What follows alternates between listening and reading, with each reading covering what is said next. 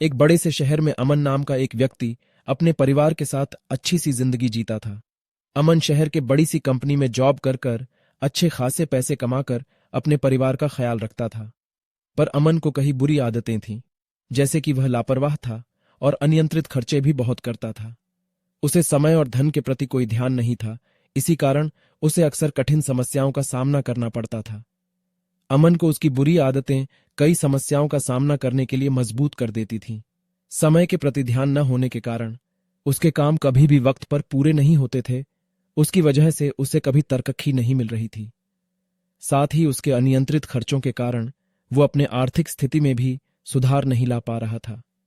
एक दिन जब अमन और उसका दोस्त दिनेश ऑफिस से घर जाने के लिए निकले, तब जाते जाते अमन अपने को होने वाली समस्याओं के बारे में दिनेश से बात कर रहा था। कैसे उसकी लापरवाही और अनियंत्रित खर्चों के कारण उसको कठिनाइयों का सामना करना पड़ता था। दिनेश पहले से ही बहुत होशियार और ज्ञानी था। उसने अमन को उसको होने वाली समस्याओं पर इलाज बताया।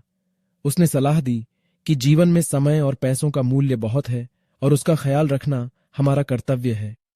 अमन ने अपने दोस्त की सलाह का पालन करना शुरू किया। वह अपने काम को समय में पूरा करने लगा और खर्चों को भी नियंत्रित रखने लगा। वह समय का महत्व और पैसों का मूल्य समझ गया था। सलाह का पालन करते करते अमन ने धीरे धीरे अपनी सारी बुरी आदतें छोड़ दी। उसकी लापरवाही को उसने दूर किया और पैसों की भी बचत करना उसने शुरू किया। वो अपने काम को समय पर पूरा करने के कारण उसको तरक्की भी मिली। अब अमन की आर्थिक स्थिति पहले से बहुत सुधार चुकी थी। इस कहानी से हमें यह सीख मिलती है कि बुरी आदतों से मुक्त होकर एक व्यक्ति सफलता की ओर आगे बढ़ सकता है। सलाह और नियमितता का पालन करने से हम अपनी जीवन शैली को सुधार सकते हैं और सफलता प्राप्त कर सकते हैं।